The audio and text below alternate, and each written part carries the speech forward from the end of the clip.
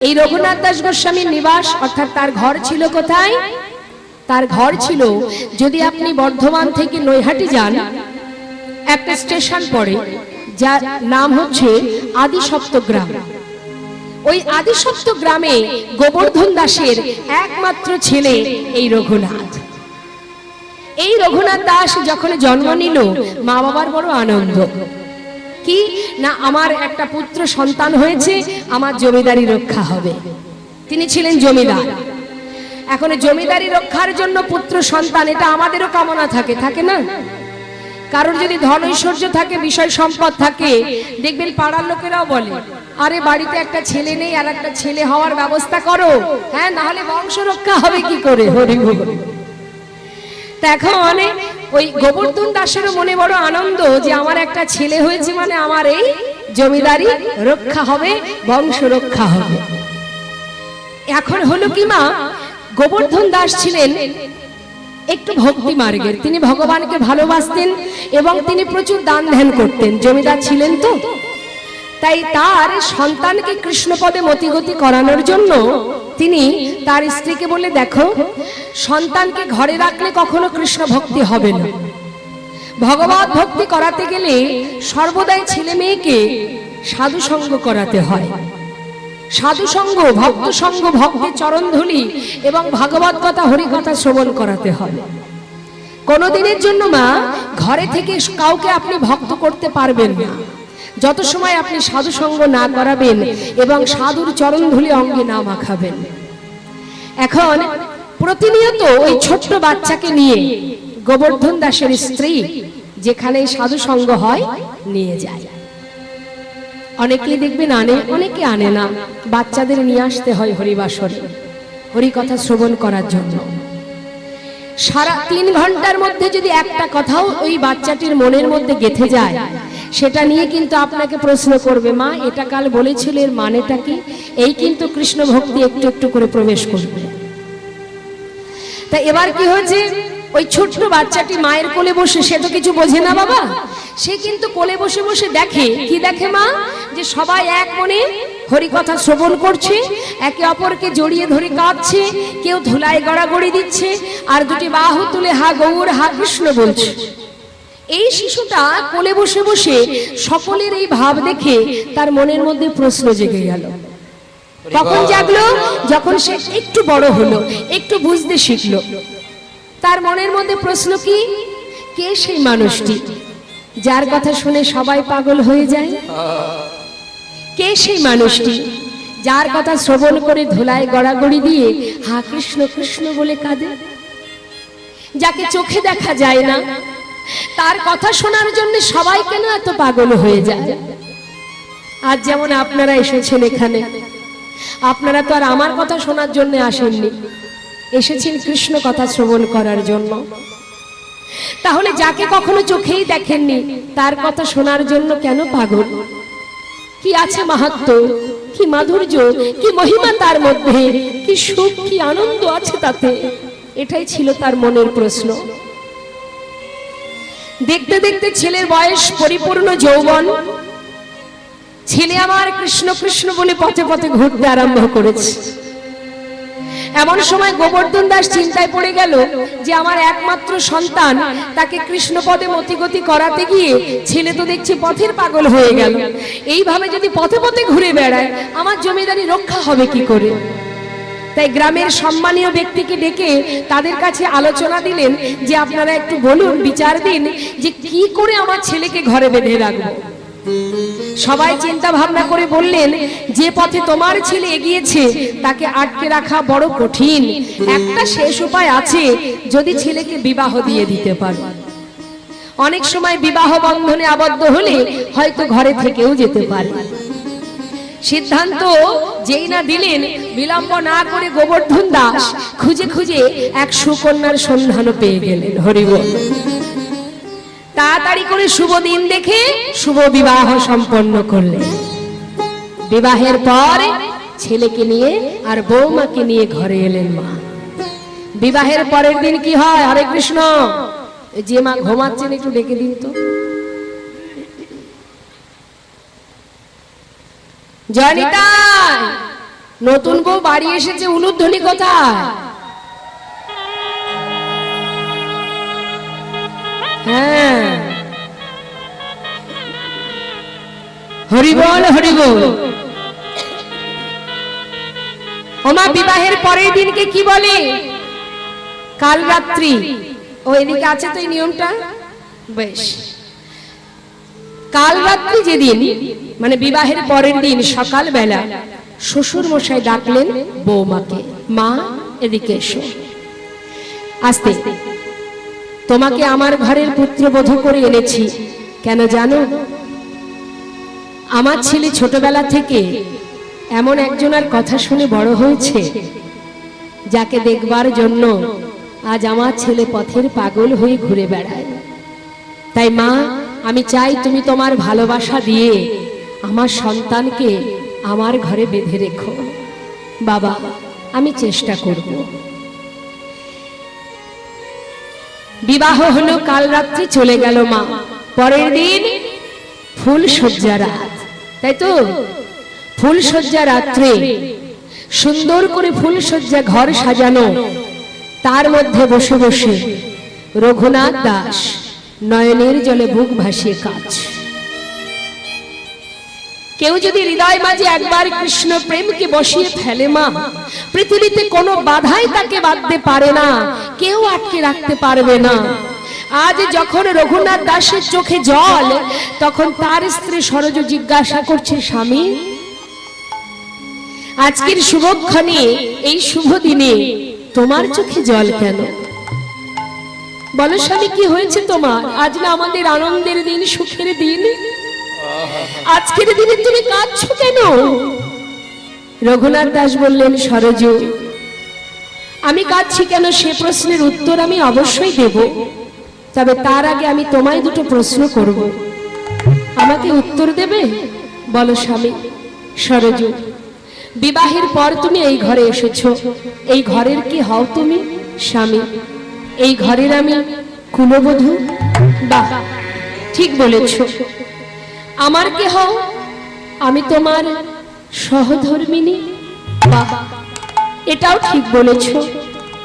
আচ্ছা, যে সহধর্মিনী হয় তার কি কাজ হয় সরজু? স্বামী, আমি তো জানি না, তবে গুরুজনের মুখে শুনেছি সহধর্মিনীর কাজ হলো স্বামীর ধর্মের পথে সহায়তা করা। ঠিকই বলেছ সরজু। জানো সরজু, আজকের আনন্দের দিনে আমি কেন কাঁদছি? শিশুকাল থেকে এমন একজনের কথা আমি শুনে এসেছি,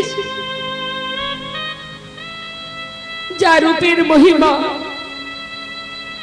যার গুণের মহিমা শুনতে শুনতে আজ আমি এত বড় হয়েছি,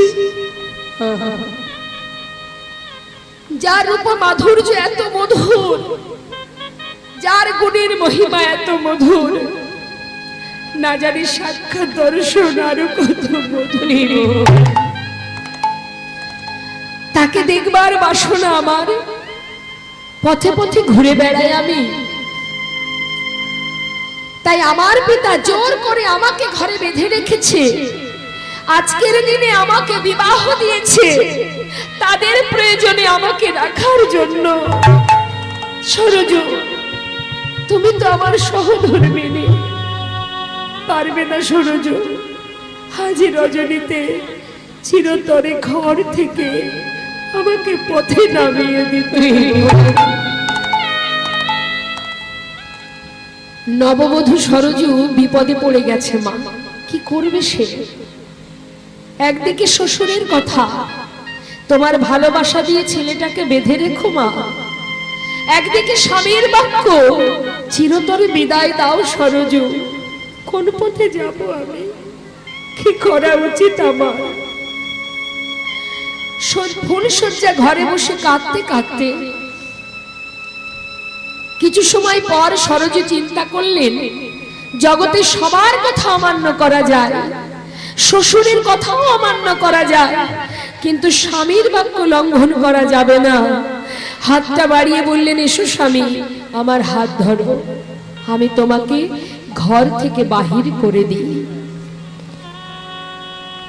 বিবাহের রাত্রে চিরতরে সরজ তার হাতটি ধরে ঘর ছেড়ে বাহিরে এসে পথের উপরে দাঁড়িয়ে স্বামীর চরণটা জড়িয়ে ধরে সরজ বললেন, স্বামী গো, আজই তোমার কাছে আমার প্রথম দিন, আজই আমার জীবনের শেষ দিন। তাই যাবার কালে আজ আমি তোমার চরণে জানিয়ে রাখি স্বামী, যেদিন তুমি গোবিন্দের কৃপা পাবে, যেদিন গোবিন্দের দেখা পাবে, তোমার এই শুদ্ধ ভক্তি একদিন তার কাছে নিয়ে যাবেই যাবে।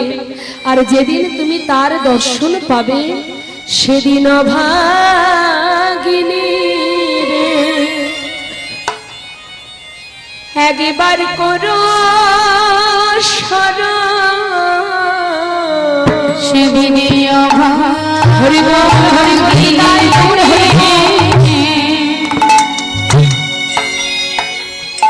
একবার করো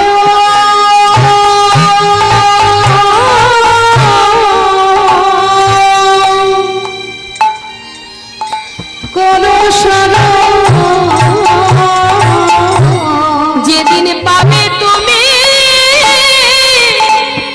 হয়ে গোবিন্দ চরণ, স্বামী তোমার চরণে আমার এই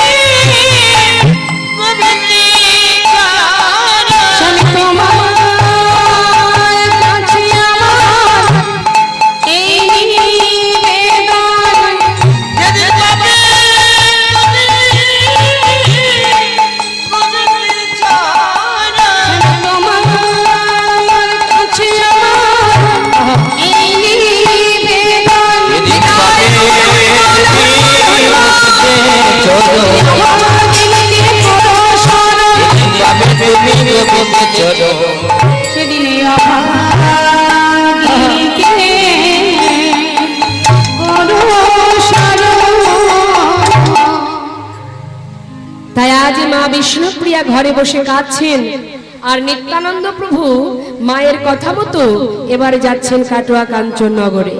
আর প্রভু আমার সন্ন্যাস ধর্ম গ্রহণ করে চলে গেলেন। হঠাৎ নিতাই চাঁদ, মা নিতাই চাঁদকে বলুন তো, নিমাইয়ের কে হয়? হ্যাঁ, দাদা। আচ্ছা, এই নিতাই চাঁদ বৃন্দাবনে কে ছিলেন? বলরাম। কি ঠিক বলেছে তো? আপনারা কি বলছেন? ঠিক বলেছে? বাহ। তা সেই বলরামই কিন্তু এই কলিতে দুটো অংশ নিয়ে এসেছেন মা, দুটো অংশ।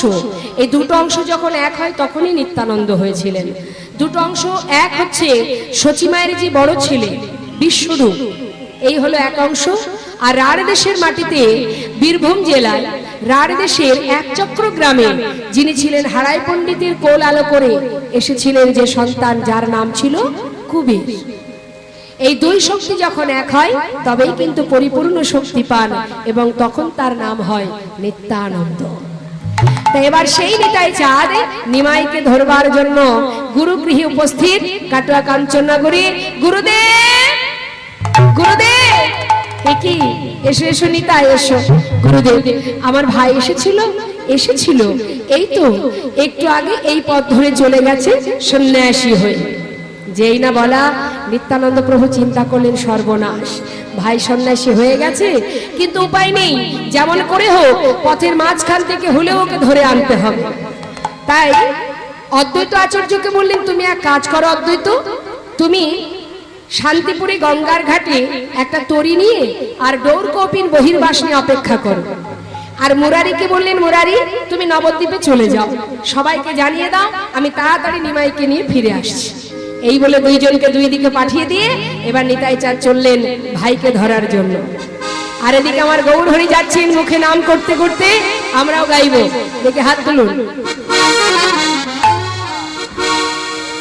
সবাই হাত তুলে দেখি কার কার হাত আছে একটু দেখি। সবার আছে তো হাত? তা যিনি দিয়েছেন তার দিকে একটু তুলুন। ঠাকুমা হাতটা তুলুন। বাহ, খুব সুন্দর। এবার হাতে তালি দিয়ে প্রভু যাচ্ছেন নাম গাইতে গাইতে, আমরাও নাম করব। কেমন দেখি? হাত তুলে, হাত নামালে হবে না। হ্যাঁ। হরে কৃষ্ণ আগে আমি বলি, শুনে নিন, ঠিক সেই তালে গাইবেন। আমার বিশ্বাস যে আপনারা ঠিক ঠিক গাইতে পারবেন। কৃষ্ণ, হাত তুলে, হাত তুলে। হরে কৃষ্ণ কৃষ্ণ কৃষ্ণ হরে হরে, হরে রাম রাম রাম হরে হরে, হরে কৃষ্ণ।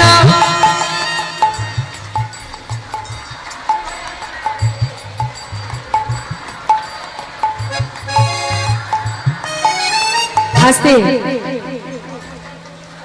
যে যখন খুশি তখন হাতে তালি দিলে হবে, হাত নামান।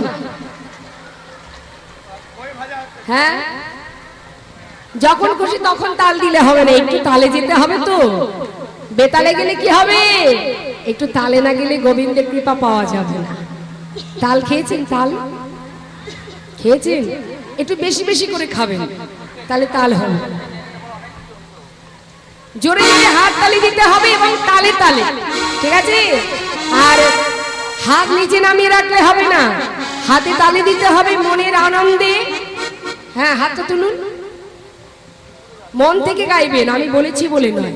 হাত তুলে জোরে জোরে হাতে তালি দেবেন। অনেকে দেখবেন হাত তুলতে গেলেও সমস্যা, অনেকের আছে। কে কষ্ট করে হাত তুলবে, কি দরকার?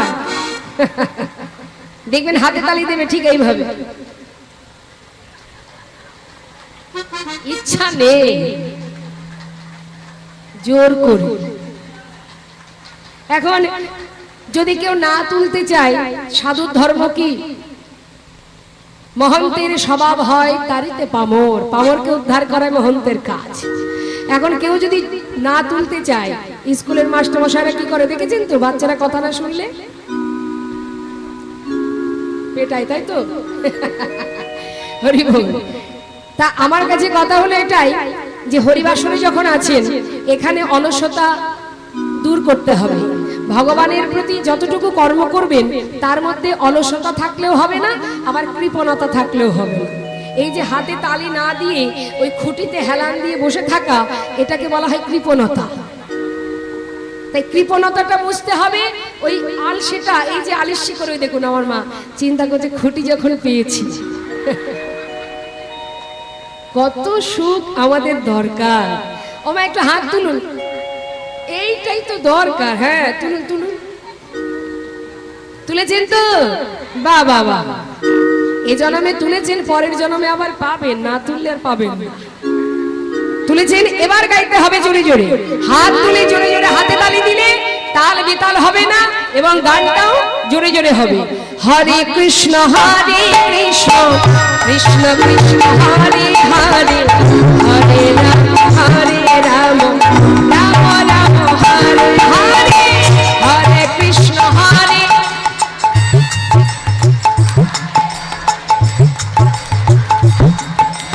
বাবা, খুব সুন্দর। হরে কৃষ্ণ কৃষ্ণ কৃষ্ণ হরে হরে, হরে রাম রাম রাম হরে হরে।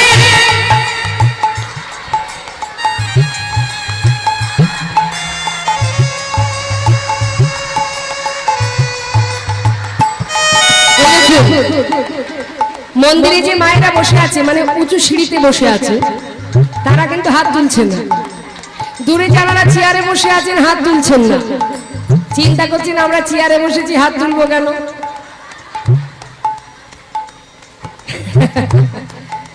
কিন্তু আমার চোখের ফাঁকি দিলে কি হবে, তাতে দুঃখ নেই। আমি তো সাধারণ জীব মাত্র, তার চোখের ফাঁকি কেউ দিতে পারবে?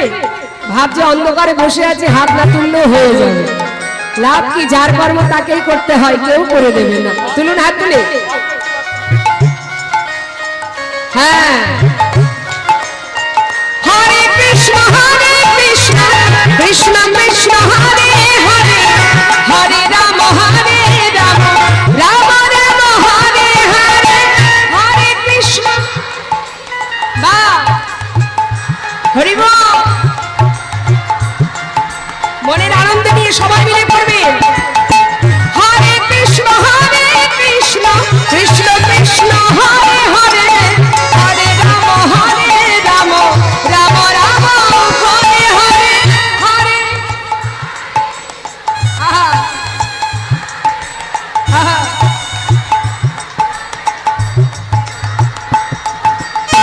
হরে কৃষ্ণ কৃষ্ণ কৃষ্ণ হরে হরে হরে রাম রাম রাম হরে হরে হরে কৃষ্ণ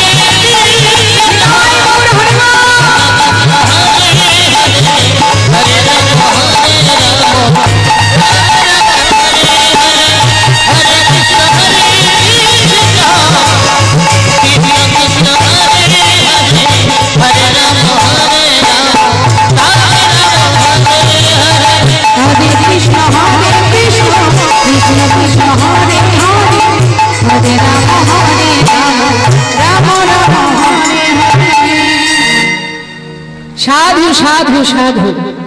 খুব সুন্দর হয়েছে। ভাবছি এবার বোধহয় আর আমার স্টাফকে রাখবো না, আপনাদের নিয়েই যাব যেখানে যাই। এত মিষ্টি কণ্ঠ, এত সুন্দর, খুব ভালো লাগে, খুব ভালো লাগে। হরি বল হরি বল। এইভাবে মনের আনন্দে ভগবানের সেবা করবেন। কেমন? সেবায় কোনো ত্রুটি রাখবেন না বা কৃপণতা করবেন না। আর যেখানে যা করবেন করবেন আস্তে আস্তে আস্তে আস্তে আস্তে। হাসির কিছু না, একটা কারোর কোনো সমস্যা হলে হাসবেন না। যারা তা মা আমার দিকে আজ আমার প্রভু যাচ্ছেন মনের আনন্দে নাম করতে করতে, আর এদিকে নিত্যানন্দ প্রভু সে কিন্তু মনে মনে চিন্তা করছে যে নিমাই আর কত দূরেই বা যাবে, আমি যদি একটু তাড়াতাড়ি যাই নিশ্চয়ই পথের মাঝখান থেকে ধরে ফেলবো। এবার পাঁচু পাঁচু ছুটছে মা, ছুটতে ছুটতে যাচ্ছে।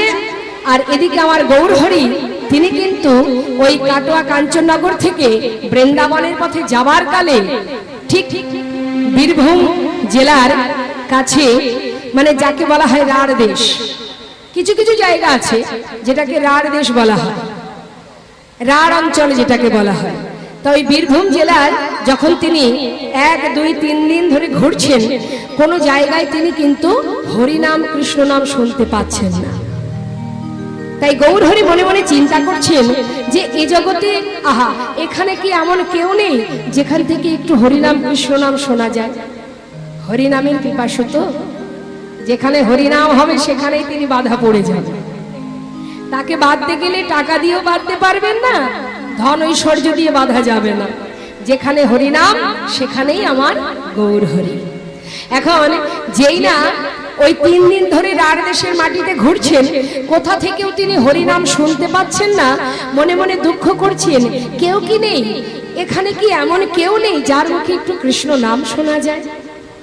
দুঃখ করতে করতে যাচ্ছে, হঠাৎ 3 দিন রাঢ় দেশে করিয়া ভ্রমণ, কৃষ্ণ নাম না শুনিয়া প্রভু আমার করেন ক্রন্দন।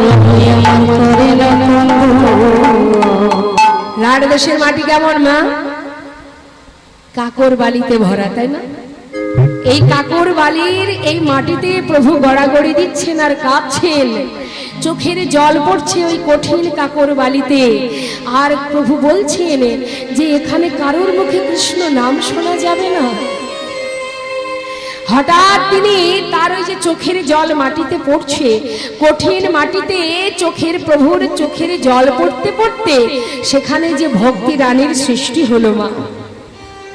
ওই রাঢ় দেশের মাটিতে যেটা আজও বর্তমান, দেখবেন গ্রামের মধ্যে যদি কোনো গরিব দিনহীন কাঙাল থাকে, দেখবেন অনেকেই আছে যারা গ্রামের ধেনুগুলোকে নিয়ে, গরুগুলোকে নিয়ে মাঠে যায় এবং সারাদিন তাদেরকে ঘাস খাওয়িয়ে সন্ধ্যা হওয়ার আগে ঘরে ফেরে। যার যার গাভী তার তার ঘরে পৌঁছে দেয়। এবার মাসের শেষে তাকে একটা পারিশ্রমিক দেওয়া হয়। এটা আজও আছে এই নিয়মটা। তা এখন এই রাঢ় দেশের মাটিতে ছোট ছোট বালকরা তারা ধেনুবৎস মাঠে নিয়ে খেলা করছে। এবার এই ছোট ছোট বাচ্চারা যখন খেলা করছে, প্রভু দূর থেকে বাচ্চাগুলোকে দেখছে। কি দেখছে না, তাদের মধ্যে বলা বলি হচ্ছে। ছোট ছোট বালক তো, এই 5 থেকে 10-এর মধ্যে তাদের বয়স। তা তাদের মধ্যে আলোচনা হচ্ছে কি, একজনের নাম, মানে দেখবেন বাচ্চাদের মধ্যে, বন্ধুদের মধ্যে একটু ডাক নাম থাকে না, পাড়ার লোকেরা বন্ধুরা ডাকে, ভালো নাম আছে কিন্তু আবার ডাক নামও আছে। সেগুলো কি, কারোর নাম বিড়বিড়ে, এগুলো বন্ধুদের মধ্যে ডাকাডাকি হয়।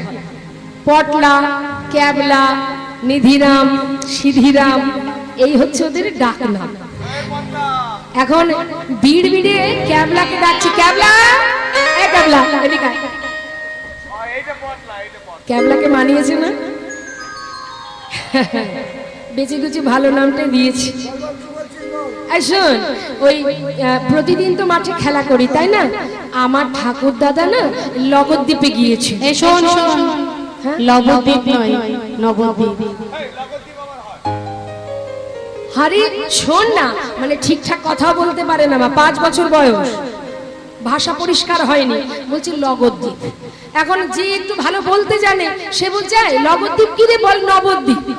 এই শোন না, ওই লগদ্বীপে নাকি সোনার মানুষ থাকে। ঠাকুর দাদা আমাকে সন্ধ্যাবেলা কোলে বসিয়ে ভালো ভালো গল্প শোনায়। হ্যাঁ, তা ওই লগদ্বীপে সোনার মানুষ, তাকে নাকি সোনার মতো দেখতে, সেই সোনার মানুষ নাকি ওই হরিনামের খেলা করে। হরিনামের খেলা? হ্যাঁ রে, জানিস এই ক্যাবলা, আজ আমরা ঠিক করছি হরিনামের খেলা করব। ক্যাবলা বলছে, শোন, নাম ক্যাবলা হতে পারে, আমার বুদ্ধি কিন্তু আমার কম নেই। হরিনাম করতে গেলে খোল লাগে, করতাল লাগে, সেগুলো কোথায় পাবো? বিড়বিড়ে বলছে, শোন শোন, তোর বুদ্ধিতেও তুই ক্যাবলা, আবার নামও তোর ক্যাবলা, ঠিকই রেখেছে তোর মা। আরে খোল করতাল আমাদের আলাদা করে লাগবে না, ঠাকুর দাদা বলেছে খোল করতাল নাকি সবার কাছে থাকে। আচ্ছা, আমাদের কাছে খোল করতাল আছে? আছে রে, আছে। কই দেখা তো দেখি, এই খোল কোথায়, দেখা।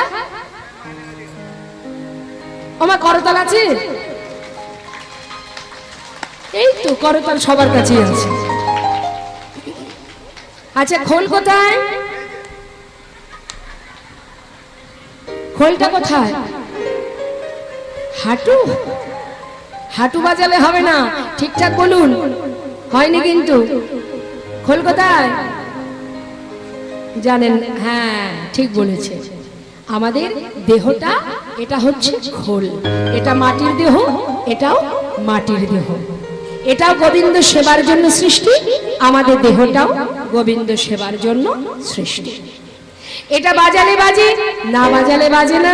আমাদের দেহ খোলটাও গোবিন্দ সেবায় লাগালে লাগে, না লাগালে লাগবে না, তাই তো? তাই বলছি বিড়বিড়ে, আমার ঠাকুর দাদা কি বলেছে জানিস? শোন শোন, ঠাকুর দাদা বলেছে এই যে আমাদের দেহ খোলটা বাজে খন, বাজে খন, বাজে খন, বাজে খন, বাজে খন, বাজে খন, বাজে খন, হরি নামে কৃষ্ণ নামে বাজে খন, বাজে কৃষ্ণ নামে বাজে খন, দেহে প্রাণ আছে যতক্ষণ বাজে খোল, বাজে দেহে প্রাণ আছে যতক্ষণ বাজে খোল, বাজে খোল। কতক্ষণ বাজে মা? যত সময় দেহে প্রাণ থাকে, হয়তো। তাহলে খোলটা বাজে। আবার এই ক্যাবলা শোন, ঠাকুর দাদা বলেছে আমাদের এই দেহ খোলটা তো বাজে, আবার কখনো কখনো না এই দেহ খোল নাকি বাজে হয়ে যায়। বাজে মানে, এই বাজে মানে খারাপ। খারাপ হয় কখন? শোন, ঠাকুর দাদা বলেছে বাজে খোল, বাজে খোল, বাজে খোল, বাজে খোল, বাজে খোল, বাজে খোল, বাজে খোল, বাজে খোল। কখন বাজে হয়? দেহের প্রাণ পাখি উড়ে গেলে হয় বাজে খোল, বাজে প্রাণ পাখি উড়ে গেলে হয় বাজে খোল,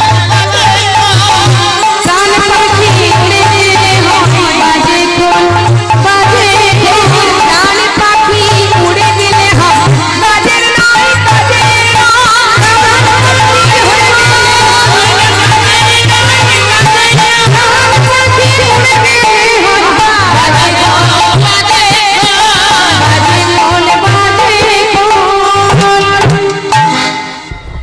হলো খোল করতাল আছে সবার কাছে, আছে তো? তাহলে খোলও হলো করতালও হলো। এই বিড়বিড়ে, তাহলে কি করতে হবে রে? বলছে শোন, সবাই মিলে একসঙ্গে আমরা খোল করতাল বাজিয়ে হরিনাম করব। বাবা বাবা, বেশ তাই হবে।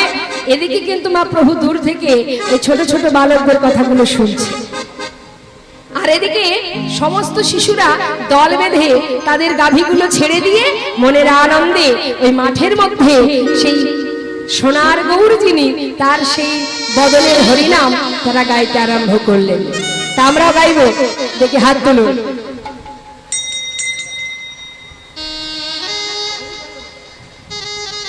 হাত তুলে, হাত তুলে।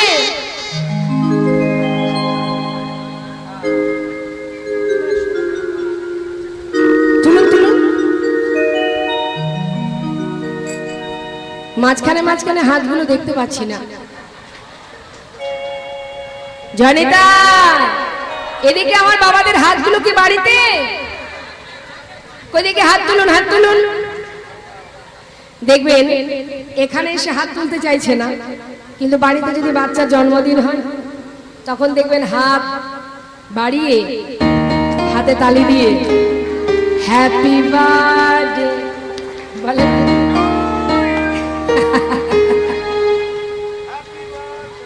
বাচ্চাকে খুশি করার জন্য হাতেও তালি দেবে, হাতও তুলবে, কিন্তু হরিনামে এসে হাতে তালি দিতে গেলে লজ্জা করে, লোকে বলবে কি, লোকের জ্বালায় মরণটা হয়ে গেল।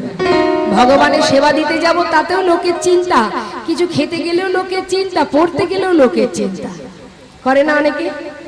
আমাদের আনন্দের রিমোটটা আমাদের নিজেদের কাছে আমরা রাখতে জানি না, লোকের কাছে দিয়ে রেখেছি।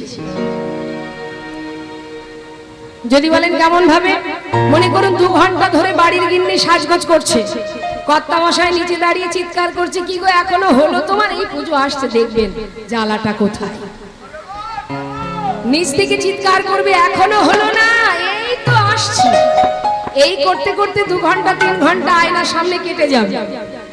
এইবার 3 ঘন্টা ধরে সাজগোজ করে সে যখন বাইরে দাঁড়াবে, হঠাৎ যদি পাশের কোনো ব্যক্তি বলে বসে, ইস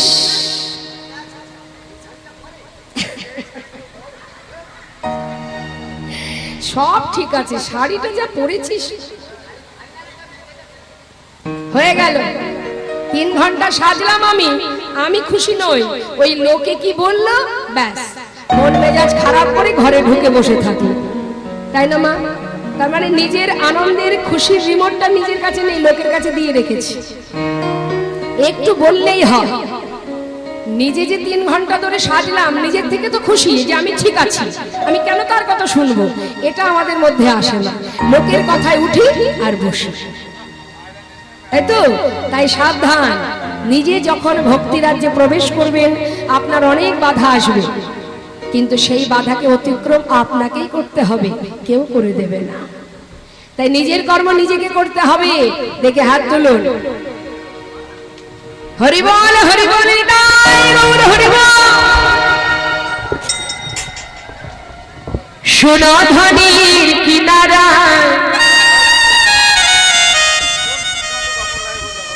সোনার নূপুর দিয়া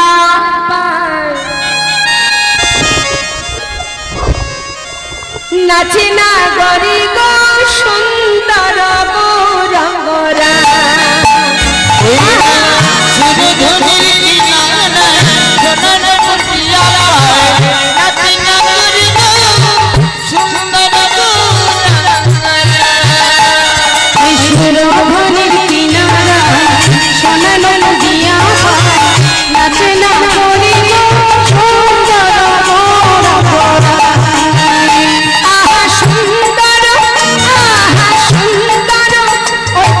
সুন্দর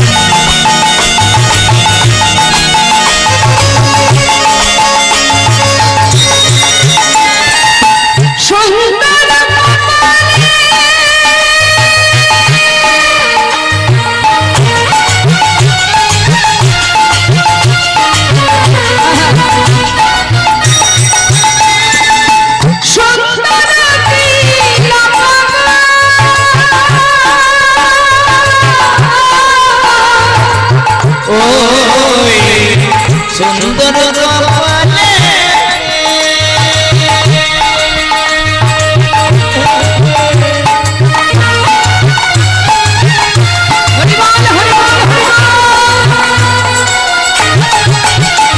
ওই সুন্দর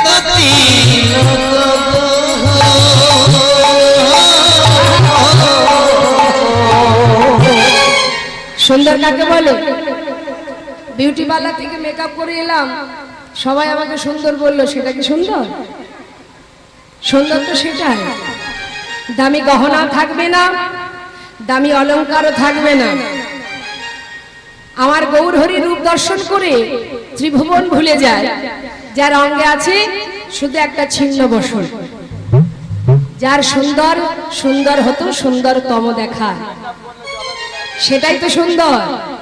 আর এ জগতে সাজলে গুজলে আমরা সুন্দর, না সাজলে আর কেউ।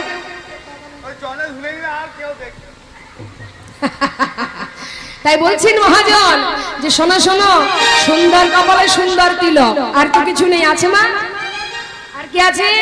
দেখো সুন্দর রেখা, সুন্দর এখানে নাম বলি না করি গো সুন্দর।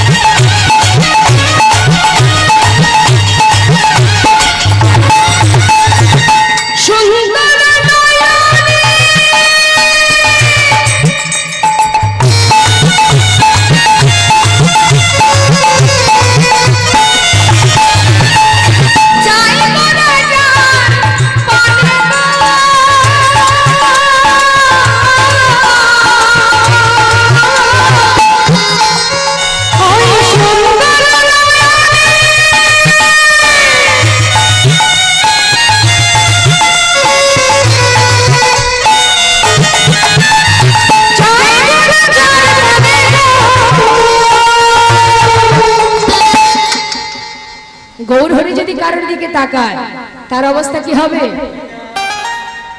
বিষ্ণুপ্রিয়া যখন গঙ্গায় স্নান করতে গিয়েছিলেন, তখন গৌরহরি আমার দেহ কমলটা জলের মধ্যে রেখে বদন কমলটা জলের উপরে রাখে, আর সেই নয়নে নয়ন দিয়ে বিষ্ণুপ্রিয়ার বলতে যা কিছু ছিল সর্বস্ব গৌর চরণে শুকিয়ে গেছে। তা যদি একবার গৌরহরি কারোর চোখে চোখ রাখে, তার দশা কি হবে? ও তার দেহ ছাড়া এ দেহ পড়ে থাকবে, মনটা লইয়া যায় না গো সুন্দর।